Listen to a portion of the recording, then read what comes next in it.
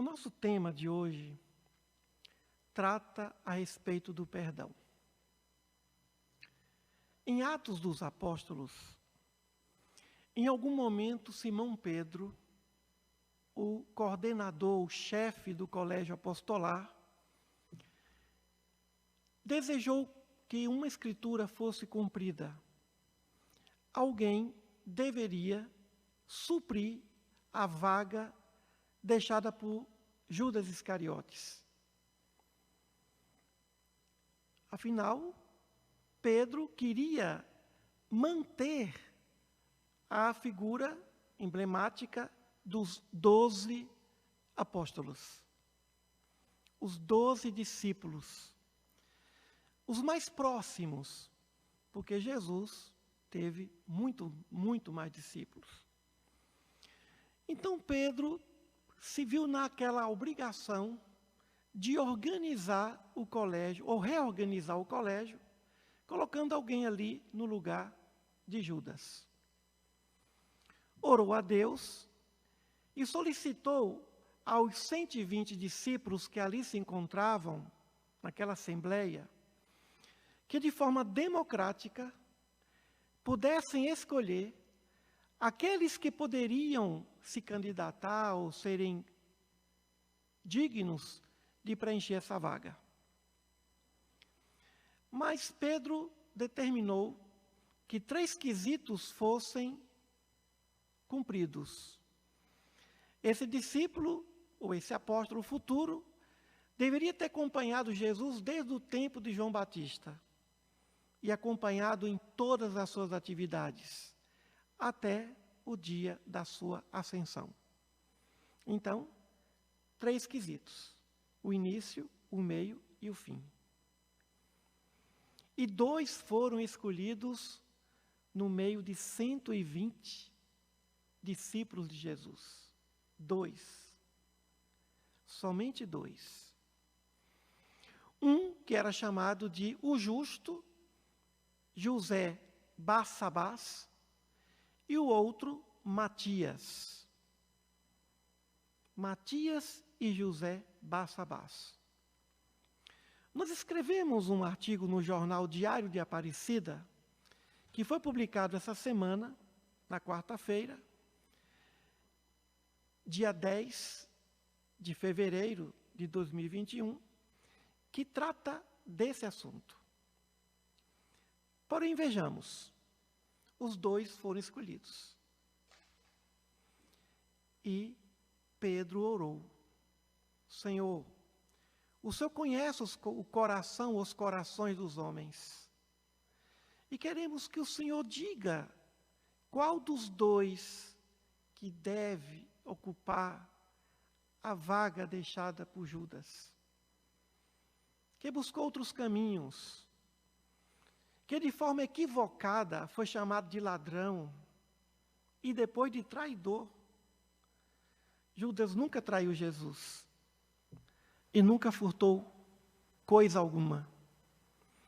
Mas Judas era austero e amou tanto Cristo que desejou que o seu reino dos céus fosse implantado na terra através do Império Romano. Buscou, portanto, uma manobra política para que Jesus fosse conhecido e reconhecido pelo imperador romano, e a partir dali, ao demonstrar os seus poderes ao imperador, ocupasse um espaço, já que o Império Romano representou o poder humano na terra.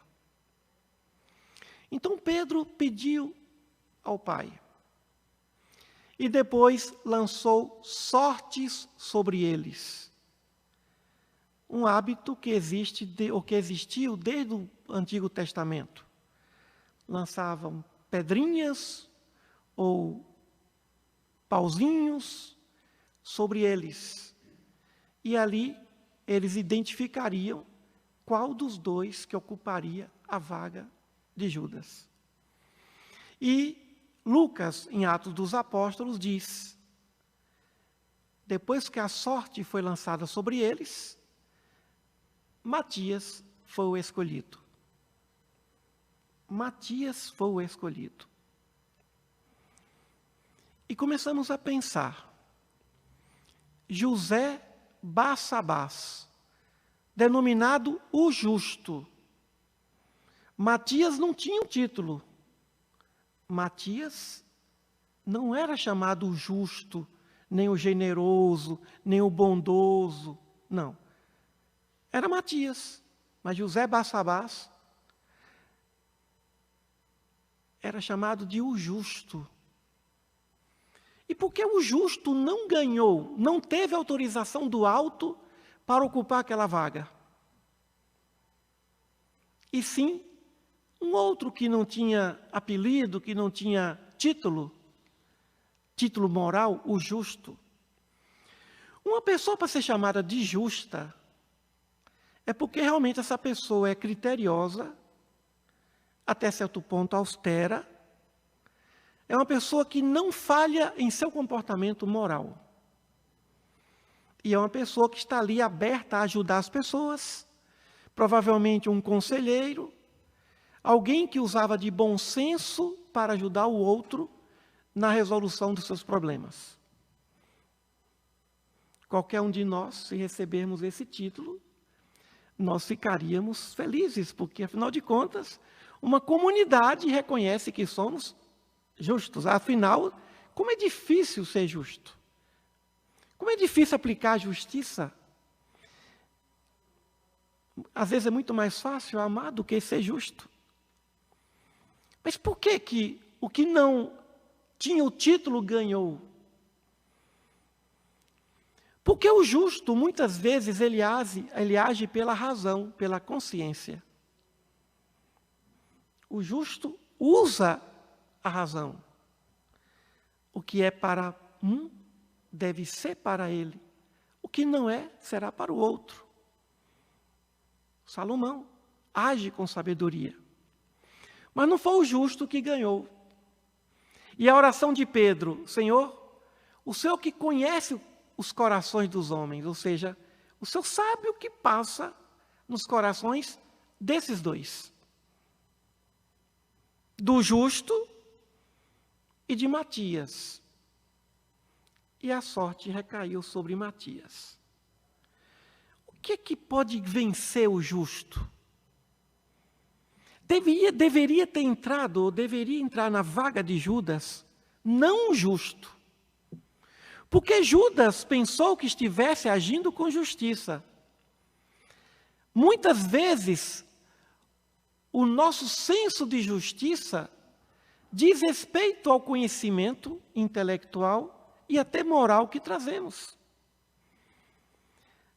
O que para um pode ser justo, para outro pode não ser justo. Afinal de contas, o justo dá a quem merece. O justo dá a quem merece. Ele não dá a quem não merece. Senão aí não haveria justiça. No entanto, Matias não tinha esse título. Mas existe algo que é superior à justiça, que é a generosidade. O generoso, ele dá até quem não merece. O generoso vai além, misericordioso. Deus é misericordioso. Mas ele determinou leis justíssimas, leis justas, a lei de justiça. A lei de justiça, de amor e caridade é uma só. Lei de justiça, de amor e caridade.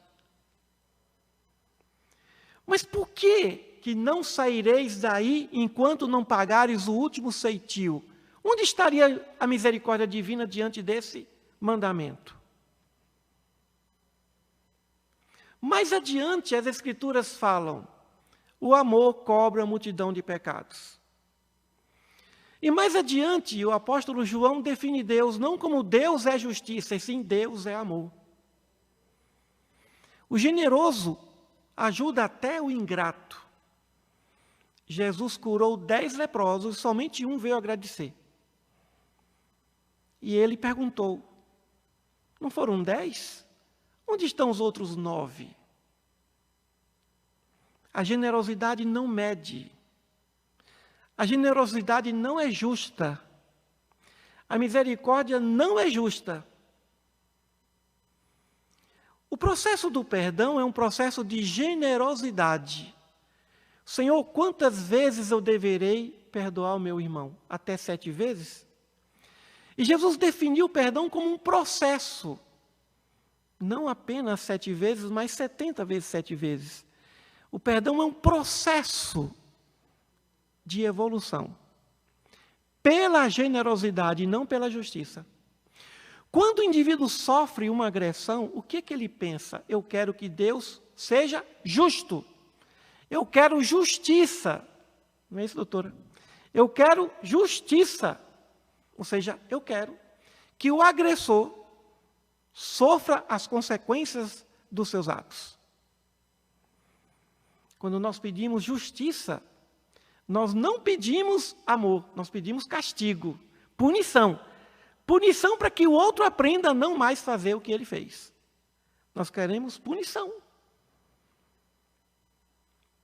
Nós queremos que alguém, o agressor, reconheça que errou e, mais do que isso, sofra por isso.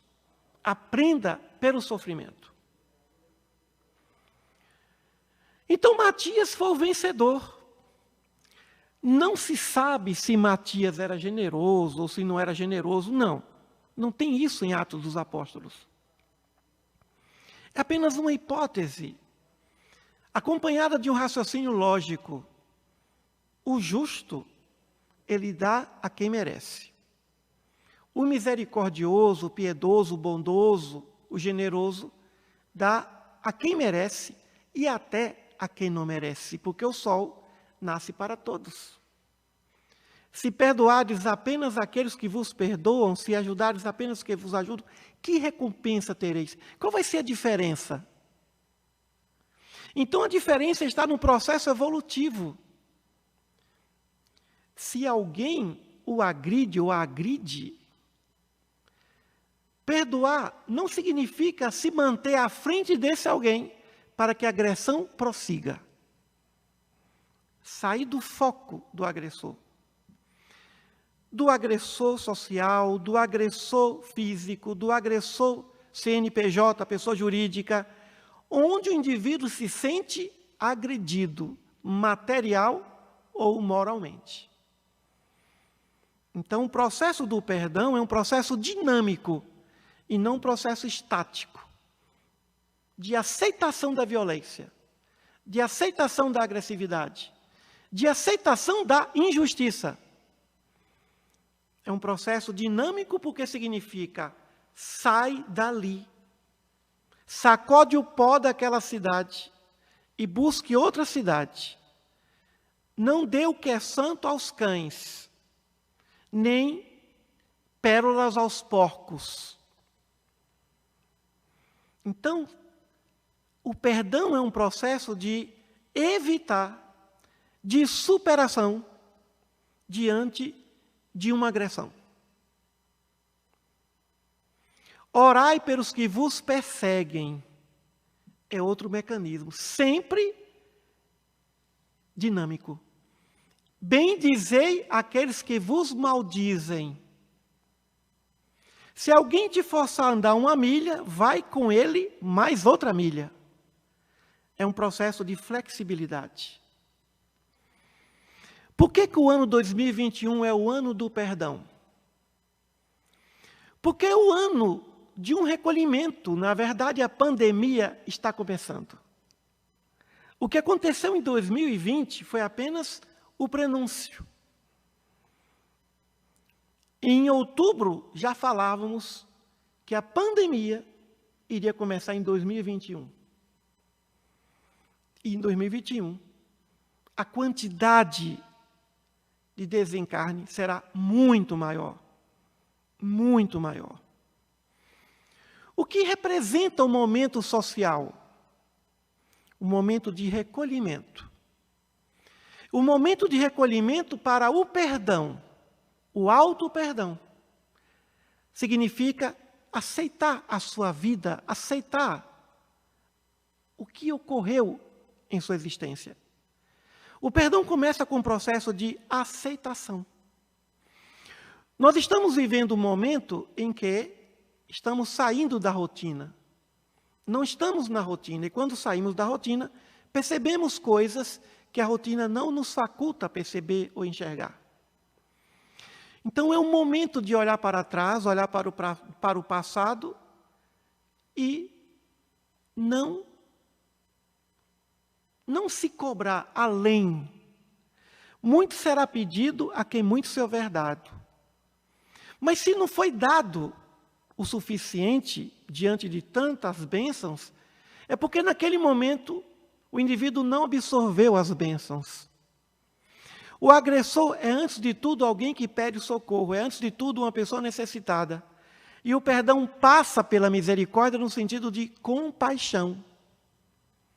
Matias deveria ter sido alguém muito mais compassivo, generoso, humilde do que José Barsabás, o justo. Porque nem sempre o justo é humilde, mas o generoso é humilde.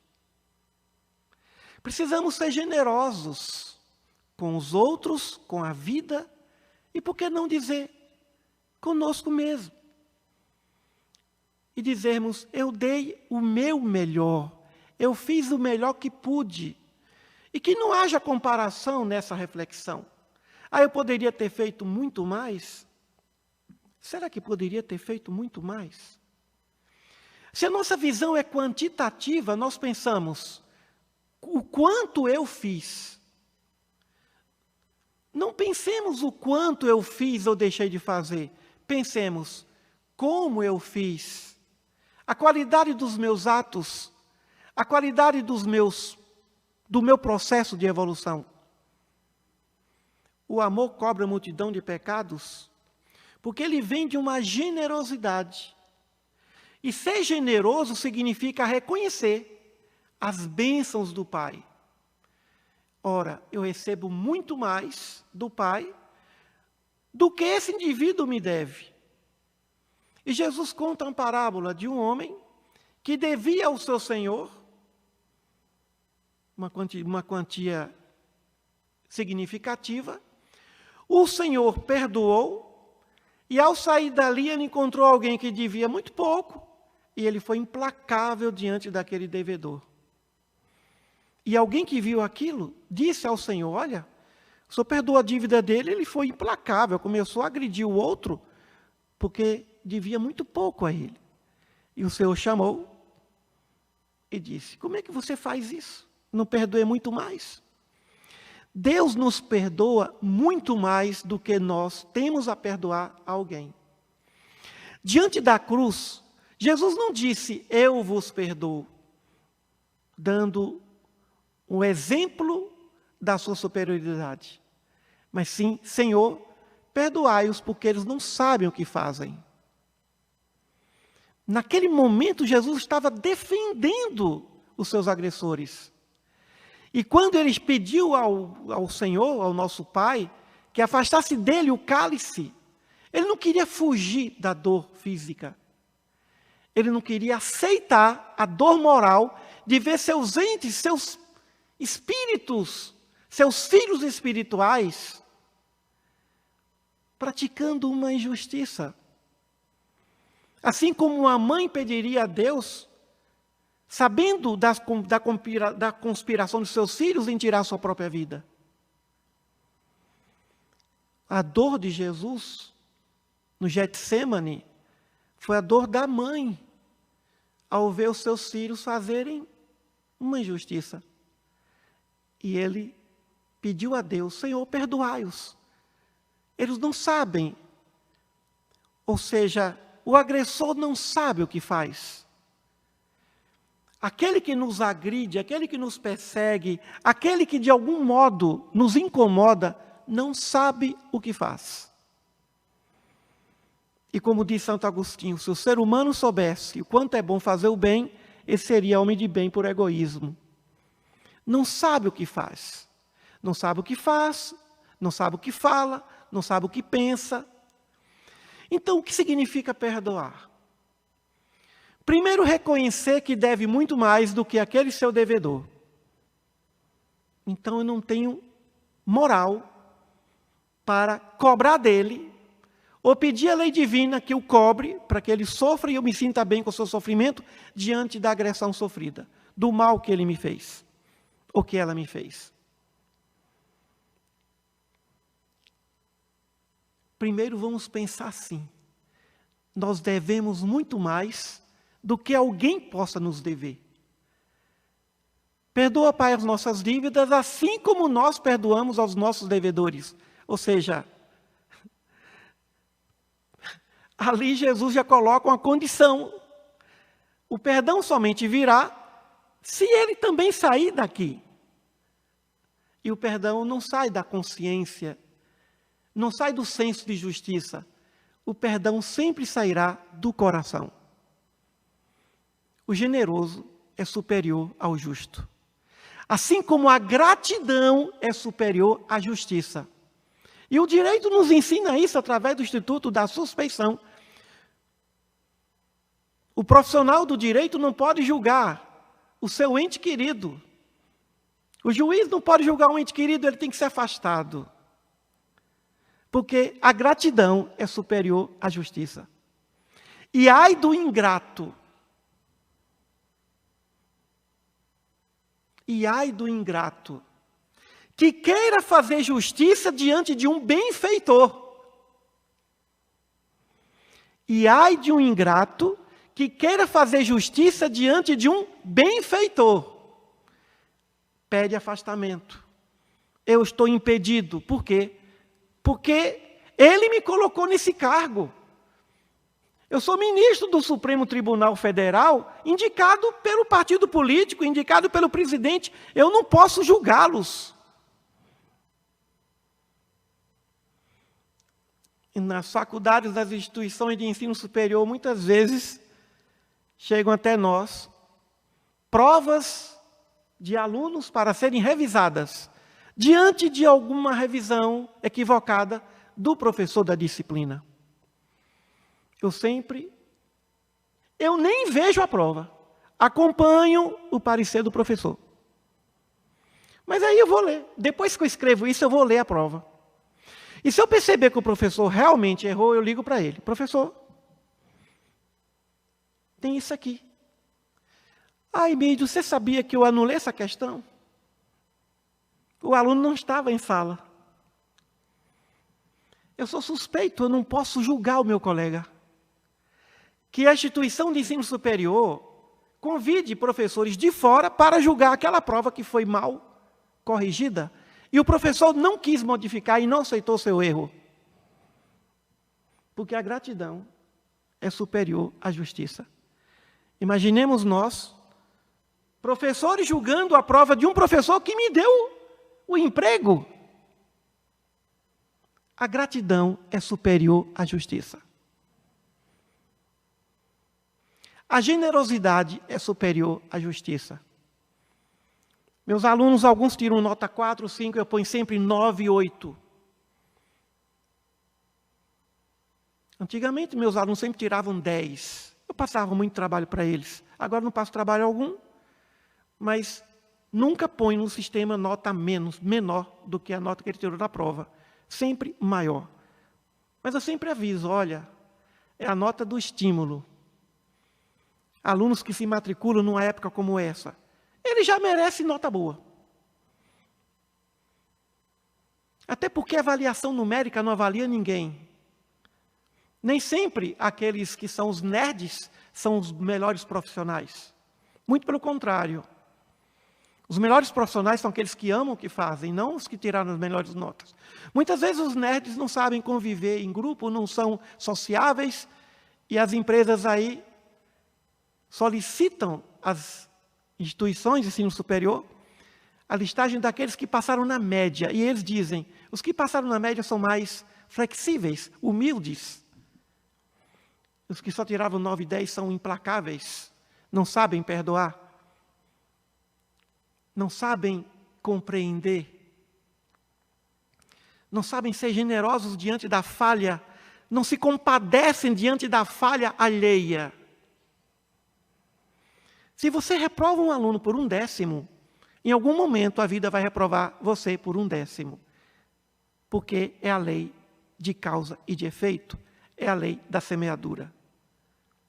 Como diz Albert Einstein, se você joga a bola vermelha na parede, voltará a bola vermelha, e não laranja, amarelo ou azul.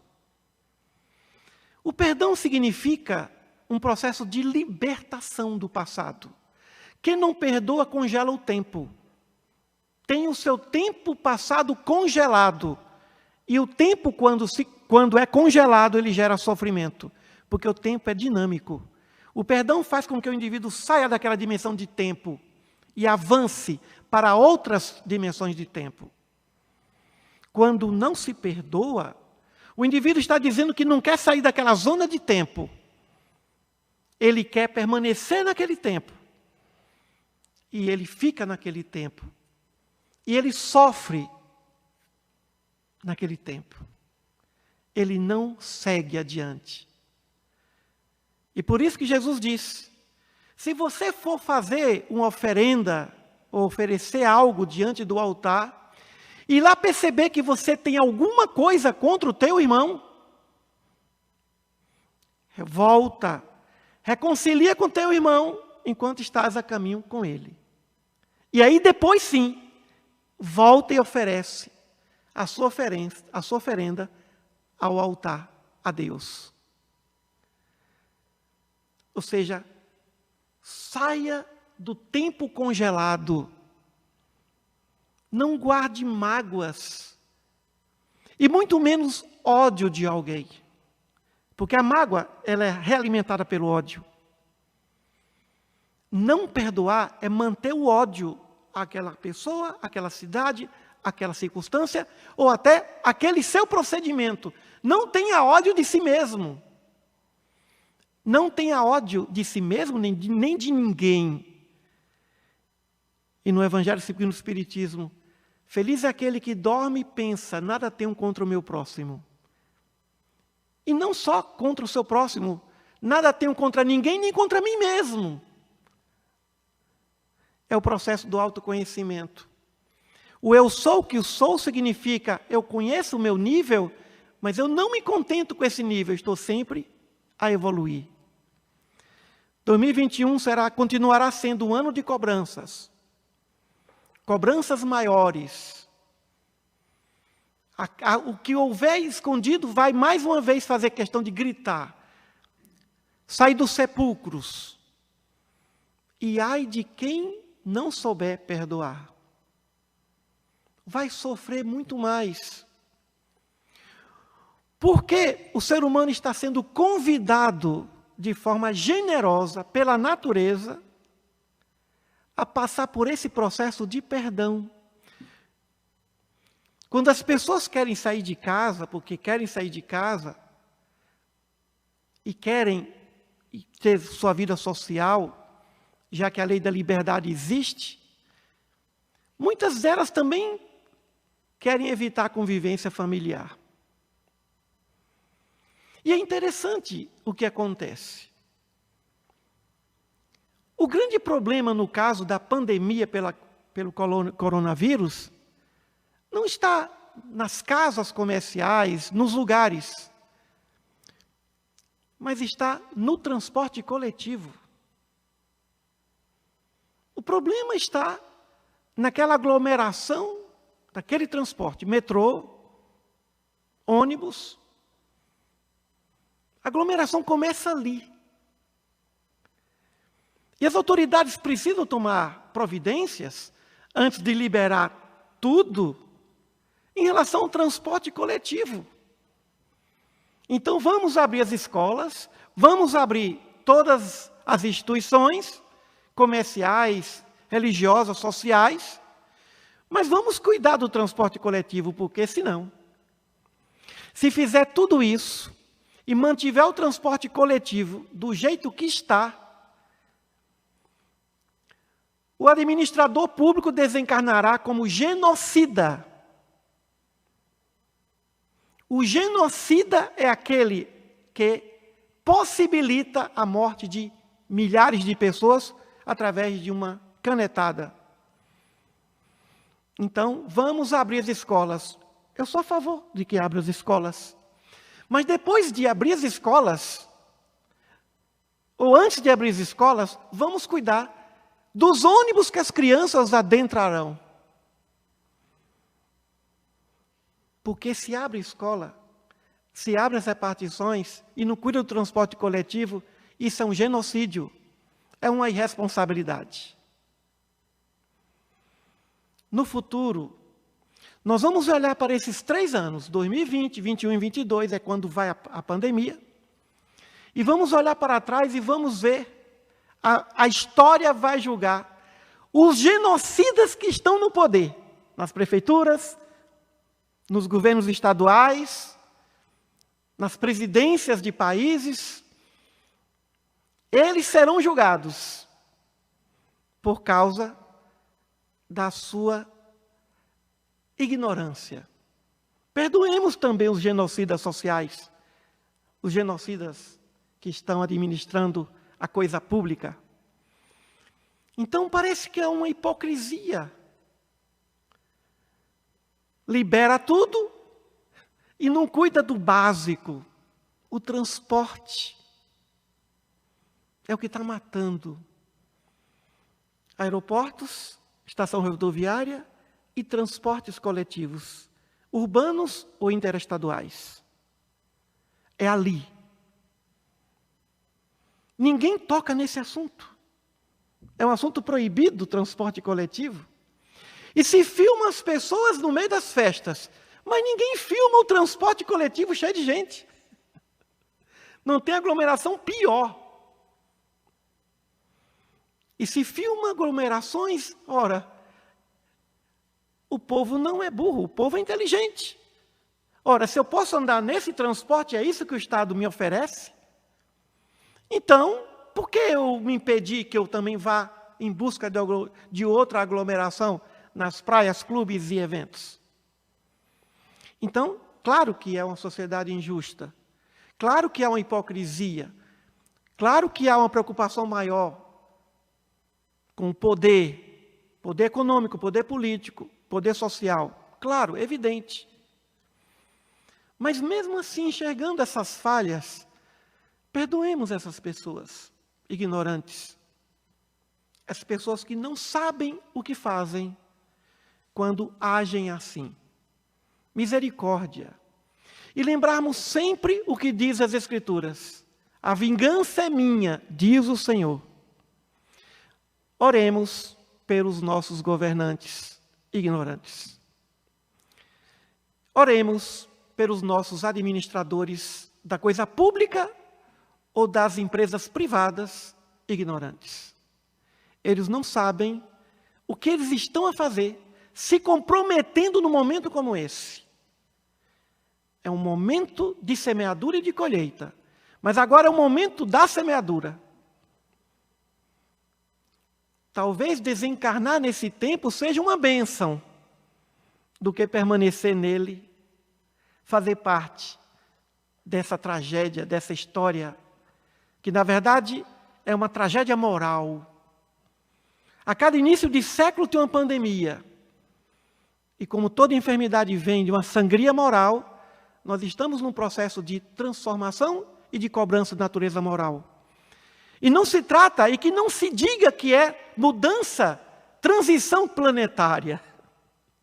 Não se trata de uma transição planetária.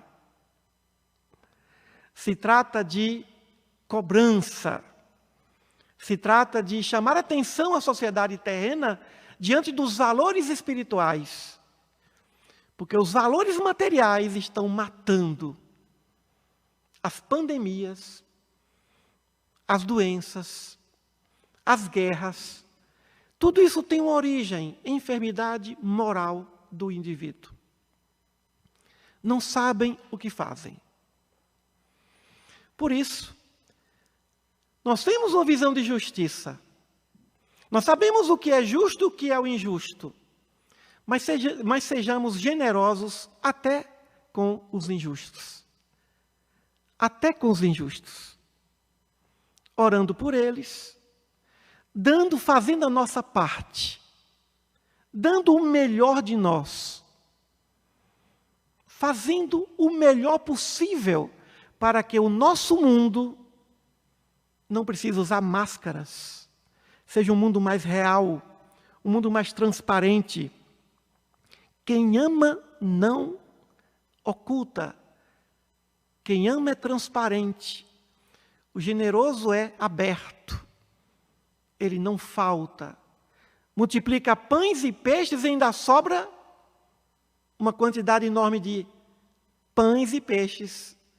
E Jesus disse: guardai-os para que não se desperdice coisa alguma. Então, o perdão é um processo de libertação interior que começa com o conhecimento e termina com a felicidade, o prazer de perdoar. Então, nós escolhemos reencarnar nesse momento. Fazer parte desse momento histórico que vai ser falado e comentado até o fim desse século. Foi uma pandemia desse nível que fez Eurípides Barçanufo desencarnar, mas que estava ajudando e servindo os que eram vitimados pela famosa gripe espanhola de 1918, 19 e 20. E o vírus perdeu a sua força H1N1 e a natureza deu prosseguimento ao seu processo terreno. Meus irmãos, não tenhamos nada contra ninguém. Não nos apeguemos a nada e nem a ninguém. Amar significa doar de si mesmo sem cobranças. Porque se existir uma cobrança, existirá ali uma decepção. E onde existe uma decepção, existe a falta de sentimento do perdão. Não esperemos. Doemos o melhor possível, façamos o melhor. Porque o nosso Pai infinito, infinitamente poderoso, está vendo tudo isso. Tem um controle de cada centímetro, de cada detalhe das nossas vidas.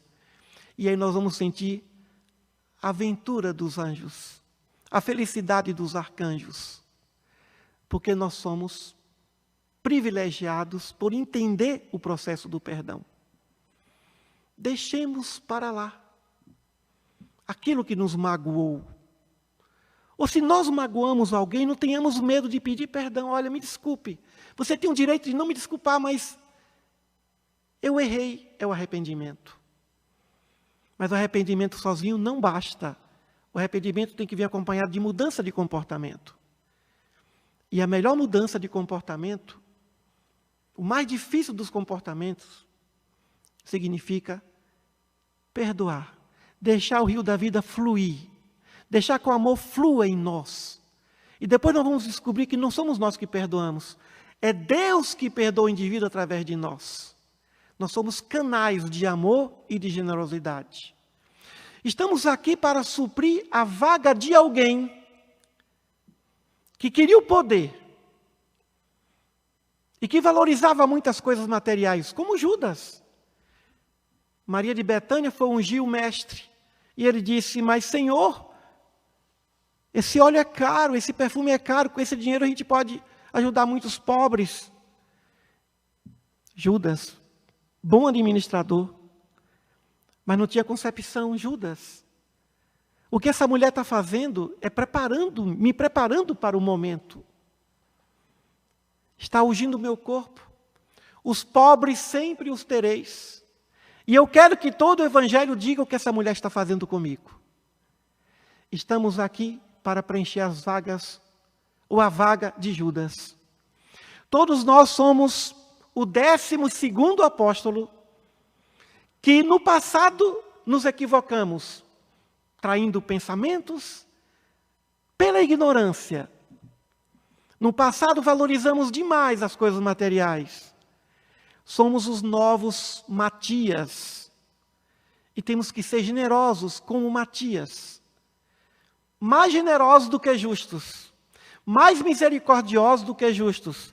Mais piedosos do que justos. Porque essa é a sublime justiça. Essa é a justiça em alto nível, em alto grau. E por isso que Jesus levantou a sua única tese, a grande tese, a maior de todas as teses: amar o inimigo. Amar o inimigo significa perdoá-lo, compreender a dimensão da sua ignorância. Esse é o momento do perdão. Quem não aproveitar esse momento vai sofrer muito mais em 2022. É um momento grave, porque a pandemia começou agora em janeiro, de verdade. E vai prosseguir, porque não vai ser fácil vacinar 8 bilhões de pessoas. E mesmo no processo de vacina, quantas injustiças. Quantas injustiças. Não tenhamos medo da morte, mas sejamos prudentes diante das recomendações sanitárias, para que também não desencarnemos como suicidas. Porque muitos estão a desencarnar como suicidas. Não usam máscaras, estão em aglomerações. Mas não tenhamos medo. As línguas de fogo estão sobre nossas cabeças. As pragas do Egito estão passando em nossos lares. E vamos colocar o sangue do Cordeiro em nossas portas. Para que, quando a pandemia passar, ninguém levou um ente querido nosso. Não passamos por esse sofrimento. Mas, se assim não for, nós vamos sentir as dores do faraó do Egito, que levaram os primogênitos, é o que a pandemia está fazendo, levando os primogênitos, os mais velhos.